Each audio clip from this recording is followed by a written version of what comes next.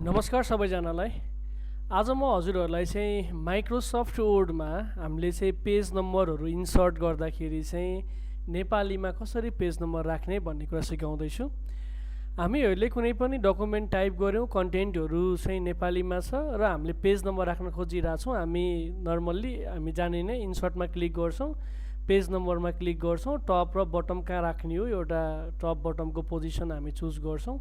त्यसपछि गएर एउटा नम्बर फर्मेटलाई हामी चुज गरिदिन्छौँ। त्यो गर्दाखेरि पेज नम्बर चाहिँ हामीसँग अगाडि आउँछ, तर यो पेज नम्बर आउँछ इङ्ग्लिसमा।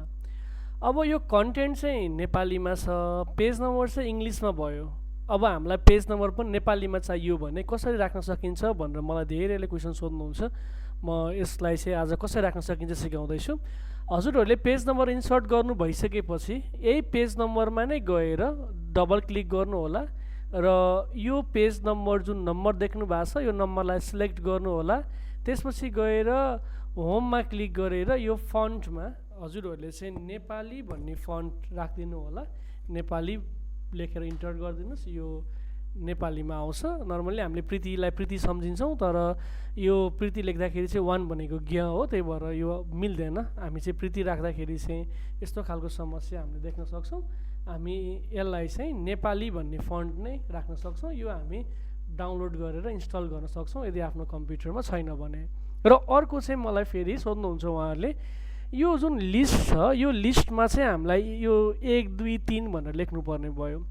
अब यसलाई 1 2 3 लेख्नुपर्ने छ भने हामीहरूले नम्बरिङमा क्लिक गरेर नम्बर चुज गर्दाखेरि यहाँनिर यो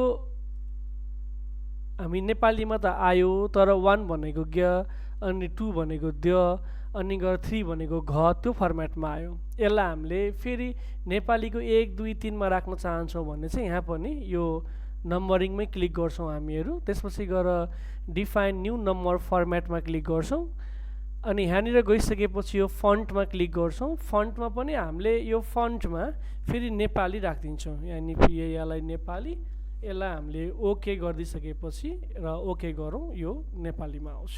हामीले यसरी नै अरू चाहिँ लिस्टहरूमा पनि हामी चेन्ज गर्न सक्छौँ। मैले अघि यसलाई एक्टिभेट गरिसकेको छु, यहाँ चुज गरिदिने बित्तिकै यो आइ नै हाल्छ। यो तरिकाले हामीले चाहिँ नेपालीमा पनि नम्बरिङ जुन नम्बरिङ छ नम्बरिङलाई चाहिँ हामी नेपालीमा पनि राख्न सक्छौँ।